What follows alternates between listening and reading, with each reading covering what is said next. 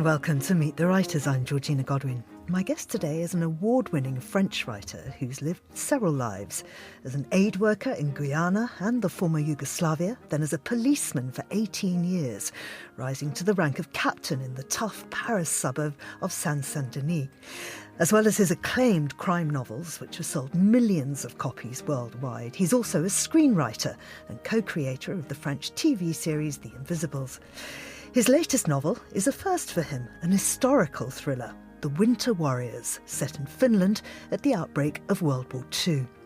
Drawing on the real-life figures and battles of the Finnish-Soviet Winter War, it's a heart-pounding epic from one of Europe's most acclaimed crime writers.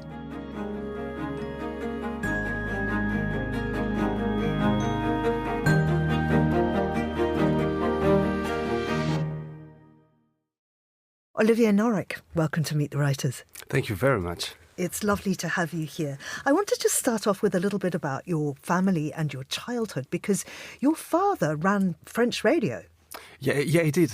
I will answer in French, but you will have to endure my French accent. So sorry in advance. So my father was the head of a very big French radio. Yes, he was. And how did that influence your childhood? Were you around sort of creators then? My mother is an artist and my father was at the head of this radio. So music was a very big part of our lives. And I learned with him something that I keep in my mind every day. The limits of my knowledge are the limits of my universe. You can say, we say in France, the limits of my words are the limits of my world. I had a huge chance to travel, to hear music from all over the world, and books had a very important place in my life. So yes, I think that I was very lucky to have them as parents. And of course you went on to travel on your own too, because you volunteered as an aid worker in Guyana and also in the former Yugoslavia. Tell me about that. Well, I've got first to tell you about the story of a kid. I tried to find my place, and I didn't succeed. I didn't manage to find my place. So, if you want to exist, maybe you can exist in the eyes of the others. Maybe if you help others. Maybe if you are useful. Maybe you have got a place in the world, in the society. So, if you don't like yourself, go to the others and try to help. Try to be someone in the eyes of the others, and then you will exist. And I tried that. And so you ended up... Tell me about Guyana. That must have been fascinating. Yeah, it was... it was fascinating that Guyana is a French Guyana, and it's one of those territories that has been forgotten by France. So it could be astonishing. It could be weird. Bizarre. I went as humanitarian help in France, in French Guyana. So I drove big trucks to amener. French vocabulary, English vocabulary, of course. We went to French Guyana with trucks loads of medicines and medical material to rebuild a hospital. That was the first time in my life where I was needed and useful, and then I realized at this moment that my life will always be like that. I need the other to exist. So I made French Guyana. Then in the former Yugoslavia, I went on a battlefield to do the same thing, medicines and medical material. And then I became a cop. So, yeah, you can't just toss that off like that. Tell me now about deciding to join the police. And also, I mean, you're in a pretty rough neighborhood. Yes, because if you want to work, you've got to go where there is work. So I'm a bit proud. But at the police school, police academy, I was one of the first ones.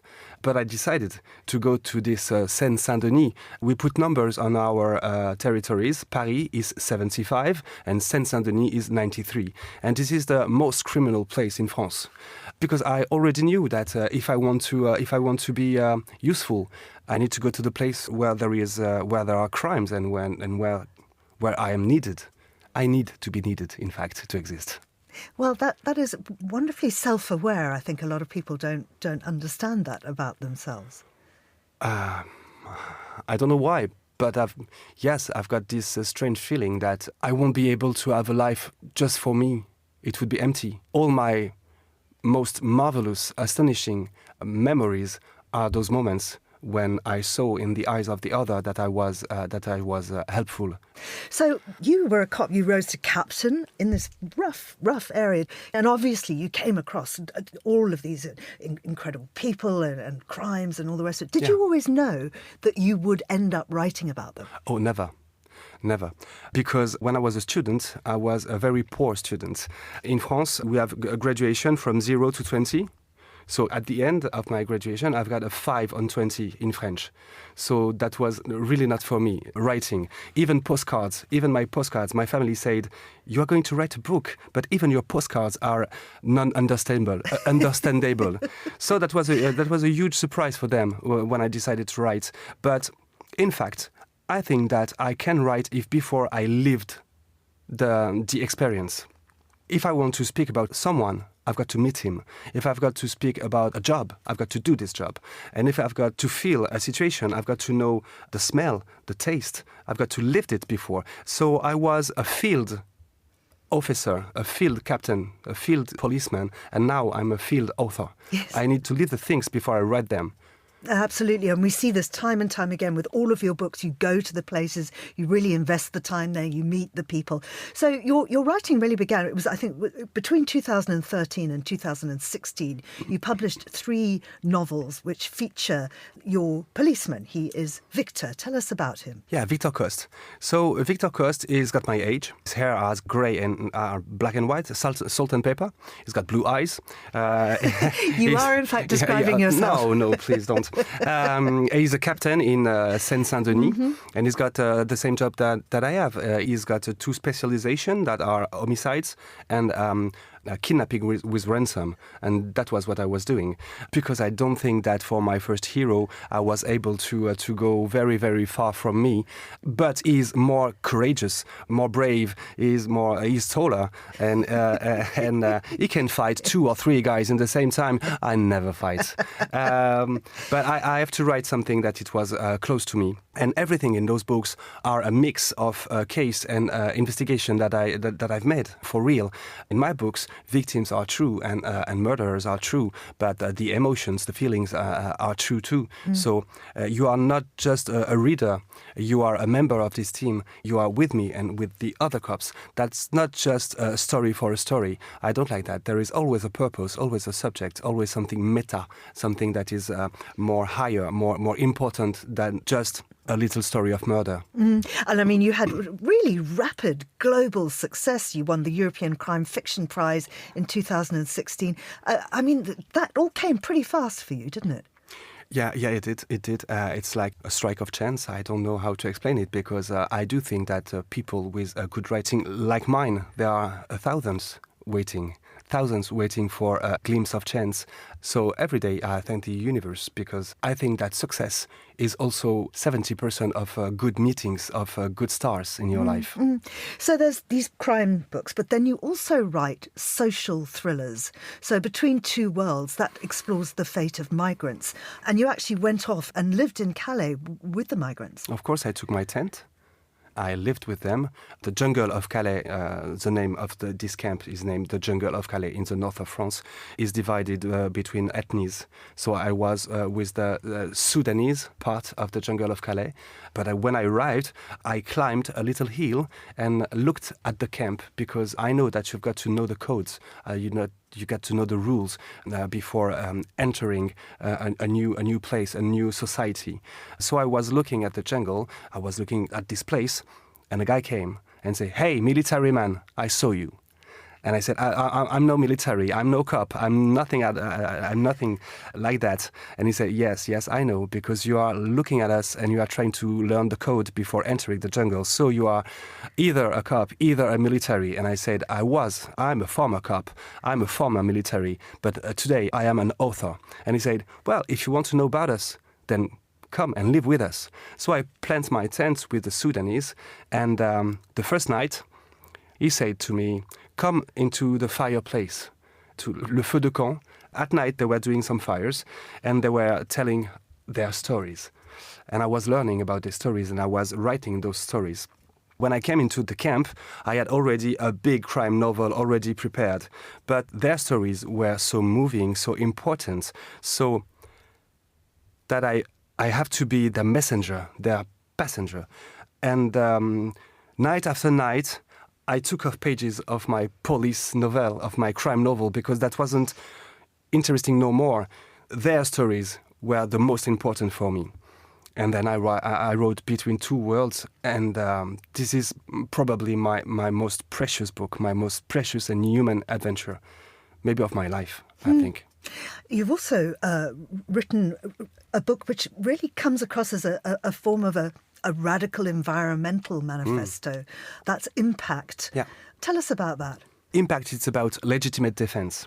We've got some rights. We've got the right to think, the right to love, the right to move, the right to speak, the right of speech, and the right to be protected.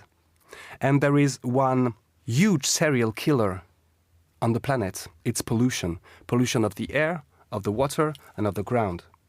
And there is no justice for that. There is a serial killer that can kill 9 or 10 million people a year, like a genocide every year. But there is no tribunal, no court, no justice that is able to prevent that. So if I am not protected, am I allowed to take back the right of defend myself?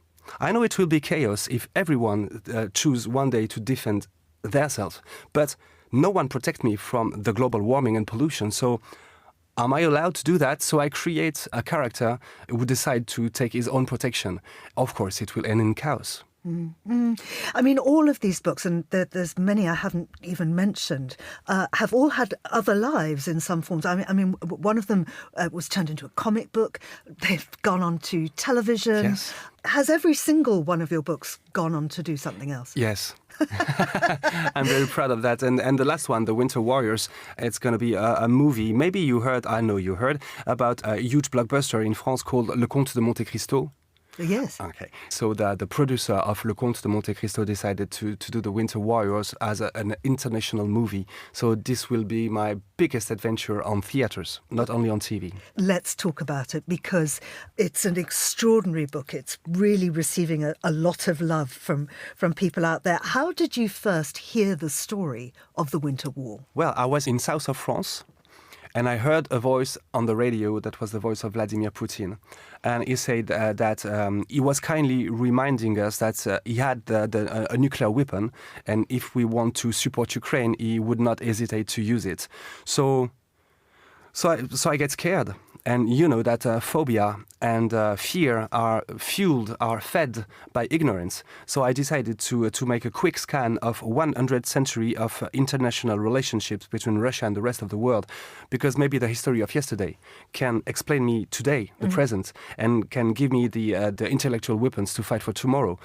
So I made this quick scan of 1 century of relationships between Russia and the rest of the world, and I found the Winter War, a forgotten war, unknown soldiers, an erased story, 105 days by minus 51 degrees, when a country the size of a continent, the Russia, decided to invade a Pacific nation, a little one. Americans will say infinitesimally, oh, come on, very little. And I discovered that in this war, a soldier named Simo Aiha, the best snapper of all times.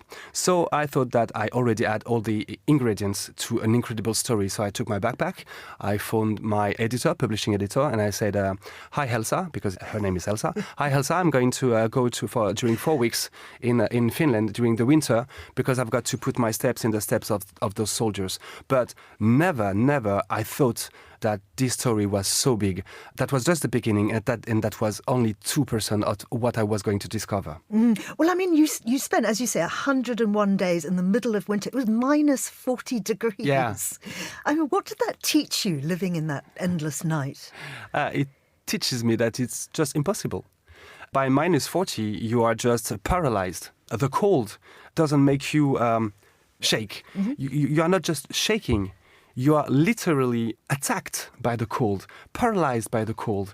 Your head is like totally You cannot think, you cannot project yourself, and those warriors were able to imagine strategies. They were able to stay on the snow by minus 51 degrees during hours and hours without moving and without dying. I tried, and I did it for 20 minutes before it was impossible for me to stay more. Now, tell me about Simo, because he was a real character. He was sometimes called the world's greatest sniper. And you had this incredible insight into him because you found his diary. I found his diary, and so more. You know that Simo Häyhä for the Finnish people is something like Louis XIV, Napoleon Bonaparte and Jeanne d'Arc all in the same. He is very, very famous. So everybody has a story about Simo Häyhä. I worked with a history teacher. I worked with all the team of the archives of Helsinki. I worked with snipers. I worked with soldiers. I met veterans. I spent 2.5 years, my 2 feet in the snow, to try to be as near as this character, because he was not just a legend, he was a myth. And there is something supernatural about the word myth. Simo Häyhä was able to stay without moving during 5 hours by minus 51 degrees, waiting for the Russian snipers to move. Simo Häyhä was able to make shots about 500 meters. I don't know what is it in miles. 500 meters. In fact, he was able to shoot where the eyes can see, because I think that he was shooting with his heart, with his courage, with his rage. And actually, nowadays, the best of snipers cannot explain those shots because they are impossible. But there are witnesses, a lot of witnesses, because he didn't do just one shot like that. He did a lot and a lot and a lot. So he was a simple farmer. He was absolutely not he was absolutely not ready to kill just once, and he kills 542 Russians with the same rifle. And when a German journalist asked him, "Are you a hero?" He was about 80 years old. He died at 95, something like that. He was 80 years old, and he said just, "Well, I did what I have to do, like every Finnish soldiers." So he was, like all the Finnish, very humble, very secret. And I like this character because he is no a murderer. He's not an assassin. He's just a guy who, for a just cause, defend his country. You were talking about hanging out with snipers, and I believe you used the actual same kind of weapon that he used. As I told you, I was a field cop and I'm a field author. So if I know that those snipers stayed on the snow without moving, I've got to do it. I've got to try it. If I read that those soldiers were drunk with an alcohol called Viina, I've got to be drunk with this alcohol. When I hear something, I've got to do it. So I knew that the gun of Simo Häyhä was a Mosin Nagant M28/30. So the sniper found this same gun, and we went into a very cold and ice forest, and I shot with that. So I know the sound of the bang, I know the smell of the powder, and I know the recoil of the gun, and so now I can write it. Extraordinary, extraordinary. And so much research. I mean, not just that, but digging into archives and all of that too. Yeah, there is no information that I invented. But in fact, this story is quite a problem for an author because it's so big, so incredible, that I have to put at the end of the book, all that you're going to read is true, because no one, absolutely no one, would believe that. My father is a history teacher, and he told me, "Well, you did maybe a little too much with this history." And I said, "You know that if I could do less, I would have." Because that's so incredible that I've got to put that at the end of the book. Everything is true. Tell me about the arc of that war. What actually happened? Oh, I'm going to try. This is just the beginning of the Second World War. Stalin and Hitler are two men, and they know that another day they will have to fight together. But they don't know when. So when Russia tried to invade Finland, for Hitler, it was like a rehearsal. He was able to see what would a war with Russian would be. It was very interesting for him. So he witnessed this war as a learning. And he saw that Russia, for 105 days, were unable to do more than 3 kilometers into Finland. They were more armed, with more soldiers, with more ammunitions, with more rifles, and with tanks, and with mortars. They've got everything to win, and they didn't succeed. So when Hitler saw that, he thought that Russia was a giant, but a weak giant. So he decided to do the Operation Barbarossa, but with 3 months in advance. And that is the beginning of the fall of the Third Reich. So, thanks to those Finnish people, thanks to their courage and their bravery, Hitler sent 4 million of Nazi soldiers in Russia. That's why, actually, I think that we can thank those Finnish soldiers, because maybe our borders, maybe our language, maybe our culture wouldn't be the same without us. And we erased this story. So it was something like a shame for me when I discovered that we erased a story that maybe has changed the course of the world. So that was one of the reasons why I wanted so bad to go through this story, but telling it with the exact facts. I invented nothing. Extraordinary. But there is actually some humour in the book too. Yeah, in those jobs where death, violence and fear are involved, you've got the greatest humorist. I've been a cop, but I worked also with military. I was in former Yugoslavia during the war. I was in the most criminal place in France. I work with forensics. I work with all those people for whom violence and death are something of every day. And if you want to survive mentally, if you want to have a family life, if you want to exist with that, with all this horror, with all this violence, all this death, you've got to have a wonderful sense of humor. So there is humor, there is the humor there, but there is humor and there is love. Because in fact, humor, love, friendship are stronger when around you there is violence and death, because you think that you have no time, and you think that maybe today is the last day, and maybe this morning is the last morning. So maybe this laugh will be the last laugh, and maybe this kiss will be the last kiss. So you need to touch people. You need to be with them. Do you see echoes of today's situation in the story you tell here? I mean, Russia was obviously invading because they were trying to find a way through to Europe.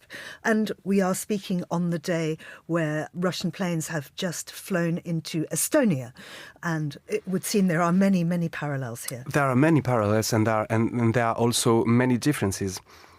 Parallels, of course, because this is the same enemy, this is the same violence, and differences because when Finland in 1939 had been attacked, they were totally alone, absolutely alone. Today, Ukraine has got a support with all Europe, and I hope this support will go on, because you know that humans are weak. You can support another country for 1 year, 2 years maybe, but 3 years, 4 years now. And people are starting to say, Ukraine, it's an old conflict. It is fading. And we have to remember that if Ukraine falls, we don't know what will happen after. There is parallels too, because Finland and Ukraine, it's not just a fight with soldiers. It's a fight with a whole country. So everybody is fighting. Women, men, soldiers and farmers. I heard an incredible story from a sniper from Finland. May I tell it to you? Please. In Ukraine, when Russian soldiers arrived in villages, grandmother gave them seeds of sunflowers and they put them in their pockets. So the soldiers are thinking that it's a present from people and a country that is already down. But those grandmothers know that if those Russian soldiers are going to die on the field, Russia or Moscow won't take back the corpses to give them to their family. They will leave the corpses on the ground, and from their pockets will grow the sunflowers as a witness, not of success, but of resistance in cemeteries, yellow and gold. I do love very much this story. It's a beautiful, beautiful story. This book, as I said, has been getting a lot of love. How has it been received by Finns and in Finland? Well, I have to brag a little bit. Not me. Their story, this book, not me. This book is number 2 in Finland. The first one is the autobiography of their own president, so I can fight with that. But this book is number 2 in Finland. I've been received by the Ministry of Foreign Affairs, and we made some signings in bookshops, and bookshops were complete, very full. They had to find chairs on other shops to give to the people. That was just the second day. And on the third day, we heard on the radio the president of the Republic of Finland said, there is a book. It has been written by a French guy, and everybody must read it. So that's incredible. In fact, Finnish people are quite humble and secret.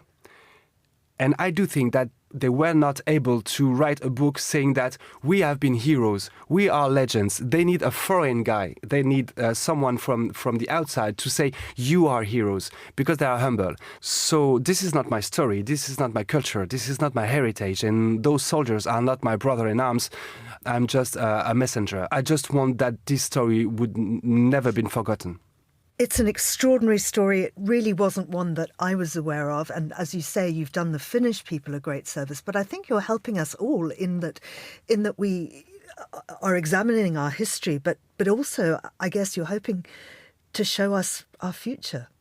I agree with you. It's a historical book, but about men and women. It's a book of war, but about peace. This is not a book about ammunition, about death, about strategies. It's a book about brotherhood, about courage, bravery. It's a book about resistance. It's a book about the just cause. This is very important because when Russian soldiers are fighting, they are fighting because they received an order. And an order, that's nothing. When Finnish people or Ukrainian people are fighting, they are fighting for their house, their land, their nations, and they are fighting for the one they loved. And this is the just cause. And when you've got a just cause, you are nearly indestructible because you've got a just cause. And this is the word of the Chief of Army of Finland in 1939. Candido candida pro ence causa. That was Latin, and I'm very proud to know Latin. And it means with a just cause, with a pure sword. It means that the blood that will be on your sword, if you've got a just cause, if you defend yourself, if you defend the one you love, it won't stain your sword. It's a pure blood. And because they are defending something that is true, something that is so important, the one they loved and their nation, so they are indestructible. And Olivier, do you think that's where we're heading now? Are we heading into the Third World War? There is a lot of little conflicts which are waiting to be reunited to a Third World War, but I think that you've got to put the words before the violence. I think that we can hope about diplomacy, but I do think that everybody wants to fight. That's terrible. But there is hope. Of course there is hope, because no one wants to do that. And do remember that the one who decide the war are not the one who are hitting by bullets. The one who decide the war are not sending their own child.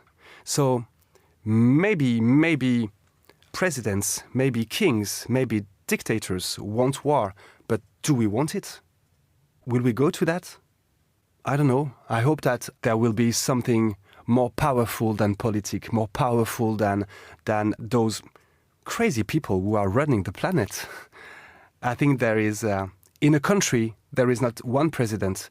In France, there is not one president. There is 68 million of French, and I'm not sure that we want to see a war.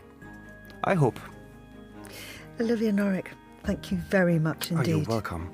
The Winter Warriors is translated into English by Nick Caister, and it's published by Open Borders Press. It's out now. You've been listening to Meet the Writers, thanks to the production team of Steph Chungu and Mariella Bevan. And you can download this show and previous episodes from our website or wherever you get your podcasts. I'm Georgina Godwin. Thank you for listening.